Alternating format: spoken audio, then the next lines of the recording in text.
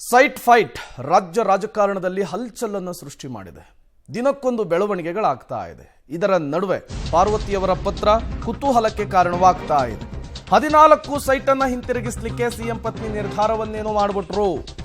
14 site ವಾಪಸ್ ಕೊಟ್ಟ ಮೇಲೆ ವಾಟ್ ನೆಕ್ಸ್ಟ್, ಏನಾಗುತ್ತೆ ಅಂತ ಹೇಳಿ. ಹಾಗಾದ್ರೆ ಮುಂದಿನ ಪ್ರಕ್ರಿಯೆ ಹೇಗಿರುತ್ತೆ? ಪತಿಯ ಘನತೆ ಗೌರವ ಅದರ ಮುಂದೆ ಯಾವ ಮಹಾಲೆಕ್ಕ ಸೈಟು ಅಂತ ಹೇಳಿ ಅದನ್ನು ವಾಪಸ್ ಕೊಡ್ಲಿಕ್ಕೆ ಏನೋ ನಿರ್ಧಾರ ಮಾಡಿಬಿಟ್ಟಿದ್ದಾರೆ ಸಿಎಂ ಧರ್ಮಪತ್ನಿ ಪಾರ್ವತಿ ಅವರು. ಈ ಕಳಂಕದಿಂದ ಸಿಎಂ ಸಿದ್ದರಾಮಯ್ಯನವರನ್ನ ದೂರ ಮಾಡಬೇಕು ಅಂತ ಹೇಳಿ ನಿರ್ಧಾರವನ್ನು ಮಾಡಿಬಿಟ್ಟಿದ್ದಾರೆ ಪಾರ್ವತಿ ಅವರು. ಬಟ್ ಮುಂದೇನಾಗುತ್ತೆ? ಪತ್ರವನ್ನು ಬರೆದ ತಕ್ಷಣ, ಸೈಟನ್ನು ವಾಪಸ್ ಕೊಟ್ಟ ತಕ್ಷಣ ಎಲ್ಲ ಸರಿ ಹೋಗ್ಬಿಡುತ್ತಾ? ಇನ್ವೆಸ್ಟಿಗೇಷನ್ ಇಂದ ಬಚಾವಾಗ್ಲಿಕ್ಕೆ ಅವಕಾಶ ಇದೆಯಾ?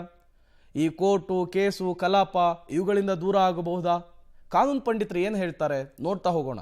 14 ಸೈಟುಗಳನ್ನು ವಾಪಸ್ ತೆಗೆದುಕೊಳ್ಳಲು ನಿಯಮವೂ ಕೂಡ ಇದೆ. 14 ಸೈಟ್ಗಳನ್ನು ವಾಪಸ್ ತೆಗೆದುಕೊಳ್ಳಲು ನಿಯಮ ಇದೆ. ಭೂಸ್ವಾಧೀನ ಆಗಿರುವಂತಹ ಜಾಗದಲ್ಲಿಯೇ ವಾಪಸ್ ಕೊಡ್ತಿದಾರಾ ಅಂಥೇಳಿ ಪರಿಶೀಲನೆಯನ್ನ ಮಾಡಬೇಕಾಗುತ್ತೆ.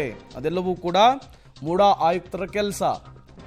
ಭೂಸ್ವಾಧೀನ ವಾಪಸ್ ಪಡೆಯುವಾಗ ನಿಯಮಗಳನ್ನು ಪರಿಶೀಲಿಸ್ತಾರೆ ಅಧಿಕಾರಿಗಳು.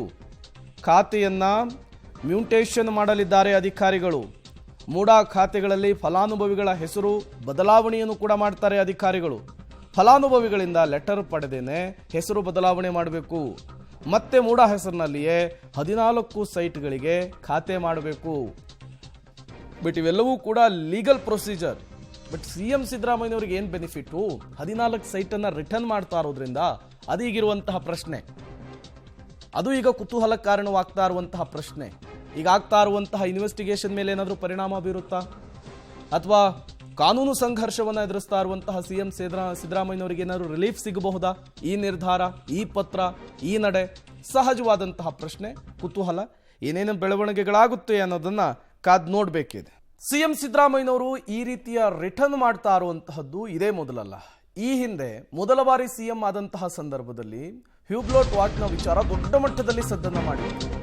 ಯಾವಾಗ ಈ ವಿಚಾರ ಸದ್ದು ಮಾಡ್ತು ಅದನ್ನ ರಿಟರ್ನ್ ಮಾಡಿ ಸಿದ್ದರಾಮಯ್ಯ ರಾಜಕೀಯ ಜೀವನದಲ್ಲಿ 2ನೇ ಬಾರಿ ವಾಪಸ್ ಮಾಡುವಂತಹ ಘಟನೆ ನಡೆದಿದೆ.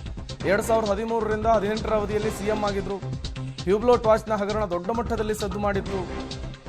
ಈ ವಾಚನ್ನು ಪಡೆದಿರುವ ವಿಚಾರವಾಗಿ ರಾಜಕೀಯ ಜಿದ್ದಾಜಿದ್ದಿ ಕೂಡ ಏರ್ಪಾಡಾಗಿತ್ತು. ರಾಜೀನಾಮೆಯ ಹಂತಕ್ಕೂ ಕೂಡ ಹ್ಯೂಬ್ಲೋಟ್ ವಾಚ್ನ ಕೇಸ್ ತಲುಪಿತ್ತು. ವಿವಾದವಾದ ಕೂಡಲೇ ಹ್ಯೂಬ್ಲೋಟ್ ವಾಚ್ ಅನ್ನ ಸರ್ಕಾರದ ಸುಪರ್ದಿಗೆ ಕೊಟ್ಟುಬಿಟ್ಟಿದ್ರು ಸಿದ್ದರಾಮಯ್ಯನವರು. ಅವತ್ತು ಹ್ಯೂಬ್ಲೋಟ್ ವಾಚ್ ಅನ್ನು ವಾಪಸ್ ಕೊಟ್ಟಿದ್ರು, ಇವತ್ತು ಸೈಟ್ ಅನ್ನು ವಾಪಸ್ ಕೊಡ್ತಾ ಇದ್ದಾರೆ.